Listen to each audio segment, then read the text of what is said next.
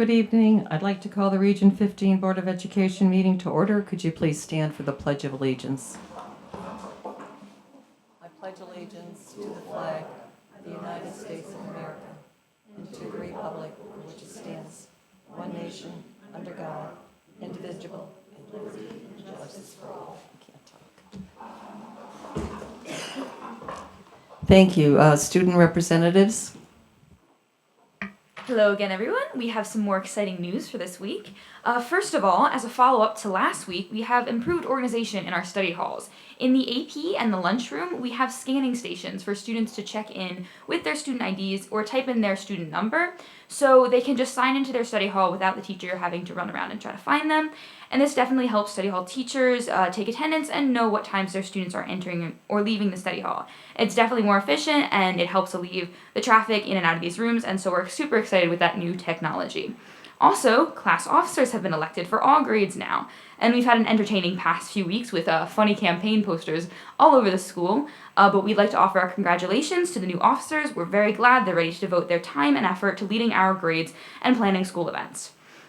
Also, currently, we have SAT boot camps running at the school on weekends, and these are run by Catalyst Prep and to help prepare students to take on these essential tests before they apply for college. And students who have participated in these have said that it provides valuable preparation for the tests. And finally, there is another grad night fundraiser, this time at Miranda's Pizza on Main Street in Southbury. It's going to be Monday, October 12th, all day from 11 a.m. to 9:30 p.m. So please go dine in or take out and support our 2016 grad night. Thank you, and on to Nick. Hi everyone. Next Wednesday on October 14th, the PSATs are going to be given during the school day to all juniors and select sophomores. This week is the midpoint for the first quarter. Progress reports are available to be viewed on PowerSchool. An update on our sports. All of our teams are working hard, and the PHS student body has really been eagerly supporting them. Boys and girls soccer have home games this week. Football has an away game this Friday. The swim team has an away meet in Newtown tomorrow. On Thursday, October 15th, the Pomperaug Vision Council will have their first meeting. The Pomperaug Vision Council is made up of students, parents, teachers, and other community members. The committee will examine culture and climate at Pomperaug, with this year's focus being on diversity in the school. The committee will be an integral part of Diversity Day planning, which will take place on the Wednesday prior to Thanksgiving. We look forward to their work. Thank you. Thank you. Any questions of the student representatives?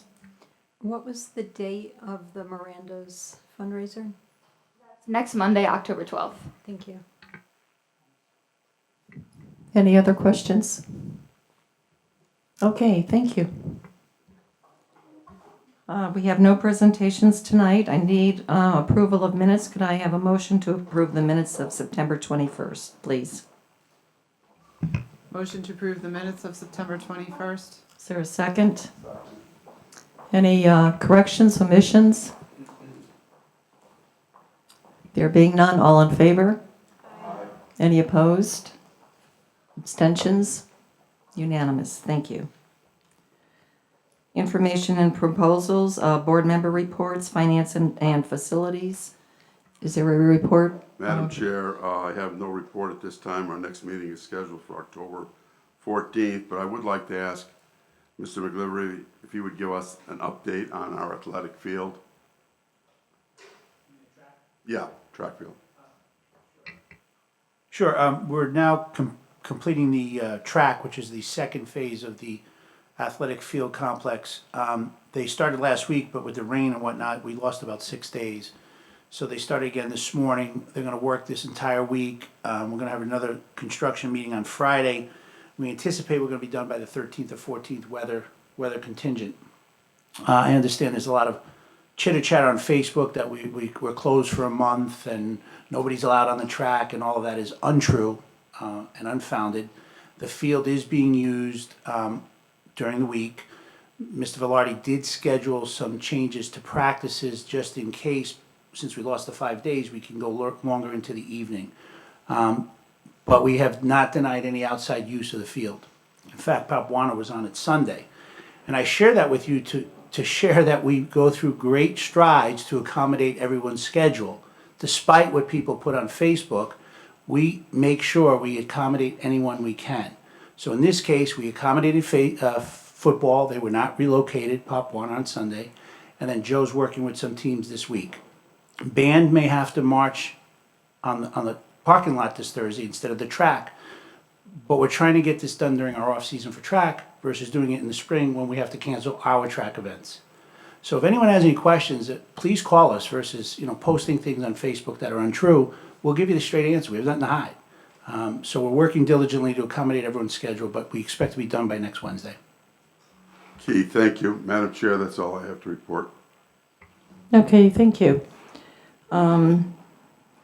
Steve's not here, but I think Sharon Guck is going to give his report for policies and curriculum. Yeah, we had a rather lengthy meeting on Monday, the 28th of September, to review basically the middle school study and also the social emotional curriculum. And the middle school, we looked at the plans for 2015-16, then we looked at what areas will be reviewed in 16-17. They identified some ongoing areas of focus, which was 21st century skills and instruction content, looking at ongoing work to ensure team planning, ongoing work to increase personalized learning opportunities for students, and identifying ways to effectively accelerate the learning of struggling students. We reviewed the plans for 15-16, what has been completed to date, and then ongoing really throughout the year is going to be analyzing scheduling options to accommodate different program options, which there are a lot of moving pieces to this. By February, we hope to have a complete a set of recommendations to be brought to the full committee for study.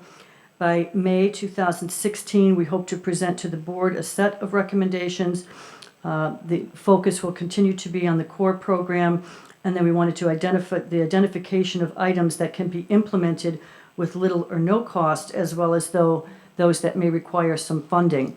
There were several administrators there, and the board thanked those administrators for taking time out for a rather lengthy meeting. And then secondly, we looked at the social emotional curriculum. And there's a lot of work that's ongoing in that. There's some standards that are being looked at. And there were 19 areas that were reviewed for summer work over the summer. And Mr. Gussenberg provided us an update on those. And basically, there was a lot of work done. There's a lot of administrators that are working diligently, looking at these two areas. And we're hoping to get a report from that group on their progress to date around January or February, and then looking in these a little more in depth in May. Is that correct? Is there anything else you want to add? Unless there's some questions for me. Okay.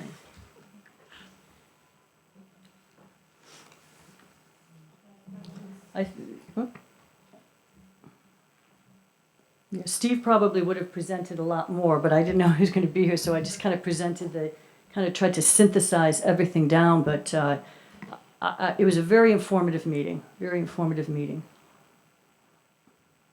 Thank you. Any questions of Sharon or Mr. Gussenberg?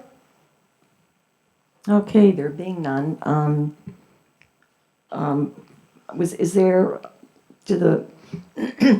Jennifer has a PTO Advisory Report. Yes, the PTO Advisory met on October 1st, and I thought the board would enjoy hearing. There was lots of feedback about the Bridges program. You'll recall the new K-3 curriculum. Very, very positive. Many parents talking about what is now, I guess, a more thorough parent piece. So parents who are confused about math are really enjoying all the parent things that are coming home with hints on exactly how things are being done. And Mrs. Botsford also shared a wonderful website for anyone that wants more information about the Bridges program, wants to look at some of the sample lessons. It's called mathlearningscenter.org/Bridges/overview. And it has sample lessons at all the different levels. So it's a great resource. Thank you. Thank you. Any questions of Jennifer? Okay, there being none, moving on. Board member comments? I have some comments. Since our last Board of Education meeting, the board was invited to attend a professional development workshop and go on tours of Memorial Middle School, Pomperog Elementary, Middlebury Elementary, and Rochambeau. I'd like to thank Mrs. Botsford and Mr. Gussenberg for extending those invitations to further our education and to demonstrate transparency in our system. The professional development workshop that I attended involved the New Bridges math program. I was able to sit alongside second and third grade teachers who were students for the afternoon learning about new math strategies. The teachers' excitement about the new math program was palpable. I heard some tough questions and solid answers by the Bridges representative teaching the teachers. And I was also able to learn quite a bit about various math strategies and see the bigger picture of what we are trying to instill in our students. The tours of the schools have also been enlightening. We saw some of those Bridges math lessons in action. There is definitely a lot of hands-on work, and you see how we are promoting a more flexible math thinking. Overall, I had the distinct impression that teachers are very pleased that we have this new program, and students are enjoying math, and purchasing the Bridges program was certainly money well spent. On some of the tours, we were also able to have discussions with guidance personnel and talk with principals about the guidance programs. This was especially significant because we are taking a closer look at social and emotional health curriculum this year in P&C. It was eye-opening to hear some of the situations that our guidance counselors and school psychologists have to handle on a daily basis. Not only do they teach classes, but they have to deal with the emotional health of students and help them with coping strategies to deal with frustrations, hurt, and anger. The importance of a strong social emotional program for our students cannot be understated.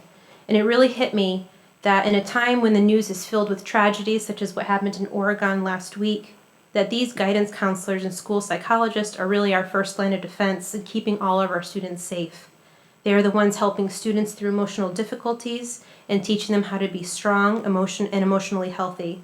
And I look forward to hearing about ways that we can make our program even better and educating our students for the betterment of themselves and our community as a whole. Finally, while on the tours, we were also able to see some of the new Chromebooks that were purchased recently to replace the older technology. A common complaint last year was that too much classroom time was being taken up by computers, taking too long to turn on or work properly. It was gratifying to see classes where the students were asked to log on to their computers and everything got started quickly. Our tax dollars are well spent on this technology, and it's nice to see students hit the ground running. Again, thank you to Mrs. Botsford for providing us this valuable opportunity. Thank you to Mr. Bernardi, who's here and talking with us today, and Mr. Lungarini and Mr. Wormuth, you're coming right up. So I look forward to the remaining tours. Thank you very much. Thank you, Marion. Any other comments?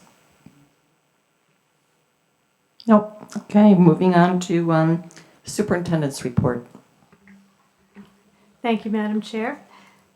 The board has the personnel report. In addition, I'd like to give a short update on Region 15's application for a technology grant from the state of Connecticut. The board is aware that we had applied for a technology grant this year. We have received word from the state that the technology grant will not be funded by the state in 2015. That does not mean that our application was rejected. It means that there is no funding going anywhere for this grant. Relative to technology, you know, because you have already heard, that we have already completed the upgrading of our wired infrastructure. We have replaced some network switches and the fiber optic backbone in all schools. What the grant would have allowed us to do would be to have replaced the wireless network. Because the grant will not be funded this year by the state, and given the current budgetary constraints that we're facing, this work, the wireless network, will have to wait. The good news, though, is that since the wireless network depends in part on the wired network, which was already done, and also since we have replaced over 1,000 laptops and desktops throughout the district, and you heard about some of the results that were observed by Mrs. Manzo, we are seeing some improvement in both wireless and wired access.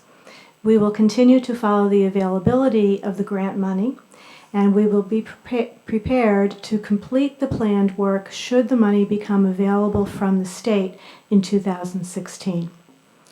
Now, we do know that technology requires an ongoing commitment to funding, and we will revisit the feasibility of completing this work in the next budget cycle if the grant remains unfunded through the rest of 2016.